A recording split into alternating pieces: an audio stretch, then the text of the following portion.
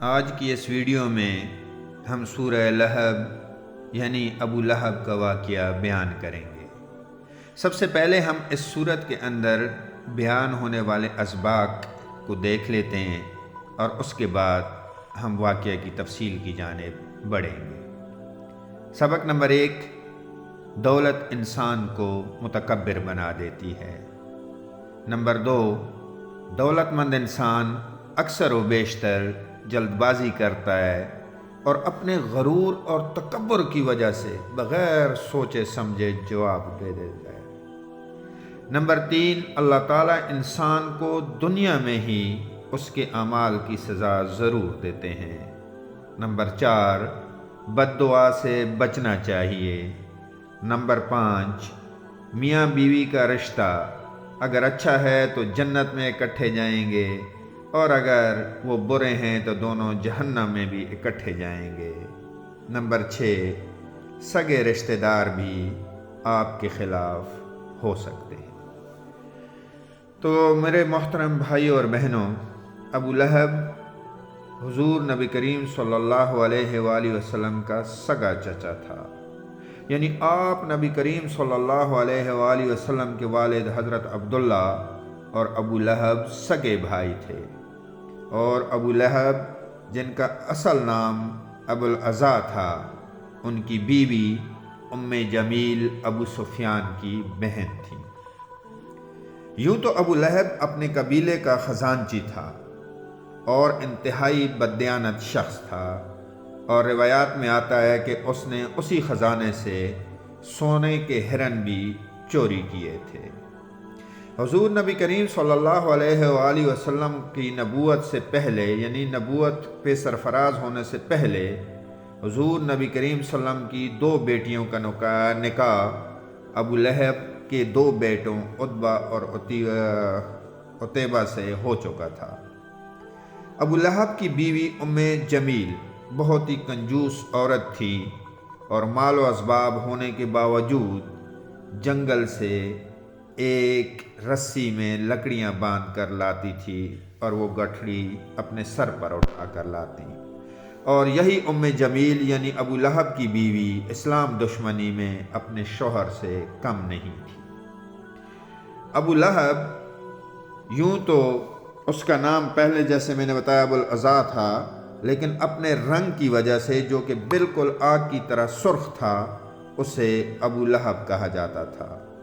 اس وقت عرب کے دستور کے مطابق ابو صرف ابو یعنی والد صاحب کے لیے استعمال نہیں ہوتا تھا، بلکہ یہ کے لیے بھی استعمال یا والے کے لیے استعمال ہوتا تھا۔ جیسے حضرت ابو ہریرہ رضی اللہ کو ابو ہریرہ کہتے تھے۔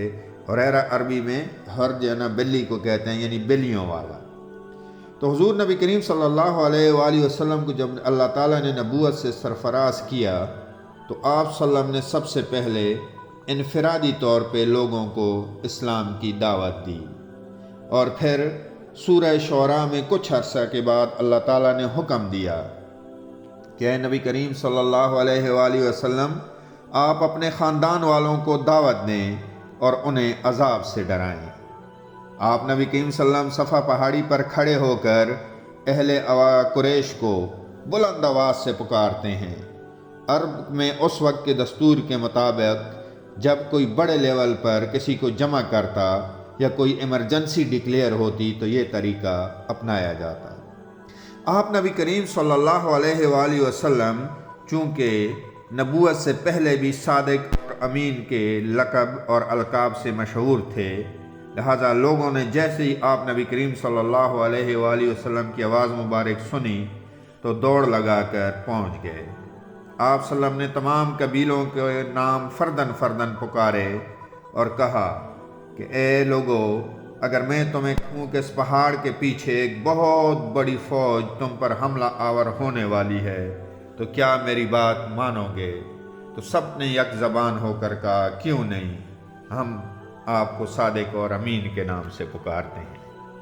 آپ نبی کریم صلی اللہ علیہ وآلہ وسلم نے پھر فرمایا قولوا لا الہ الا اللہ محمد الرسول اللہ، تو پھر پڑھو لا الہ الا اللہ محمد الرسول اللہ، یعنی نہیں ہے کوئی معبود مگر اللہ اور محمد اللہ تعالیٰ کے رسول ہیں۔ اب جب آپ نبی کریم صلی اللہ علیہ وآلہ وسلم نے یہ دعوت دی تاکہ فرمایا تم کامیاب ہو جاؤ، تو ابو لہب فوراً بول پڑا کہ اے محمد، نعوذ باللہ معاذ اللہ، تمہارے ہاتھ ٹوٹ جائیں، تم نے اس کام کے لیے ہمیں بلایا تھا۔ آپ نبی کریم صلی اللہ علیہ وآلہ وسلم کو یہ بات بہت بری لگی۔ اس کے بعد یہ صورت نازل ہوئی اور میرے رب نے فرمایا تبت یدا ابی لہب وتب۔ اب جو ابو لہب نے حضور نبی کریم صلی اللہ علیہ وسلم کو کہا تھا، وہی چیز اللہ جل شانہ نے لوٹا کے اس کے منہ پر مار دی اور فرمایا ہاتھ ٹوٹ جائیں ابو لہب کے، اور فرمایا اس کا یہ جو مال اور اسباب ہے یہ اس کے کسی کام نہیں آئے گا۔ اب جو کچھ اس نے کمایا تھا وہ سارا اسی دنیا میں رہ گیا، اور ابو لہب کی جو اولاد ہے ان کے بیٹوں کا ذکر بعد میں آنے والی ویڈیو میں کروں گا کہ عتیبہ اور عتبہ کا کیا بنا اور باقی بچوں کا کیا بنا اور کون کون مشرفہ اسلام ہوئے۔ اس واقعے کے فوراً بعد ابو لہب نے اپنے بیٹوں سے کہا کہ حضور صلی اللہ علیہ وآلہ وسلم کی دونوں بیٹیوں کو طلاق دے دیں، اور حضور سرور کائنات صلی اللہ علیہ وآلہ وسلم کے اوپر جتنی سختی اور تکالیف گزریں اس میں ایک یہ بھی تھا کہ آپ نبی کریم صلی اللہ علیہ وسلم کی 2 بیٹیاں ایک ہی وقت میں ان کو طلاق دے دی گئی۔ لیکن یہاں پہ یہ بات یاد رکھنی ہے کہ آپ نبی کریم صلی اللہ علیہ وسلم کی دونوں بچیوں کی رخصتی نہیں ہوئی تھی، صرف نکاح ہوا تھا۔ آپ صلی اللہ علیہ وسلم کے اس ذلیل انسان نے بہت تکالیف پہنچائی۔ آپ صلی اللہ علیہ وسلم اکثر بازار میں جب لوگوں کو تبلیغ کرنے کے لیے جاتے تو یہ مردود پیچھے پیچھے جاتا اور آپ صلی اللہ علیہ وآلہ وسلم کو پتھر مارتا اور لوگوں سے کہتا کہ اس کی بات نہ ماننا نہ سننا کیونکہ یہ جھوٹا ہے۔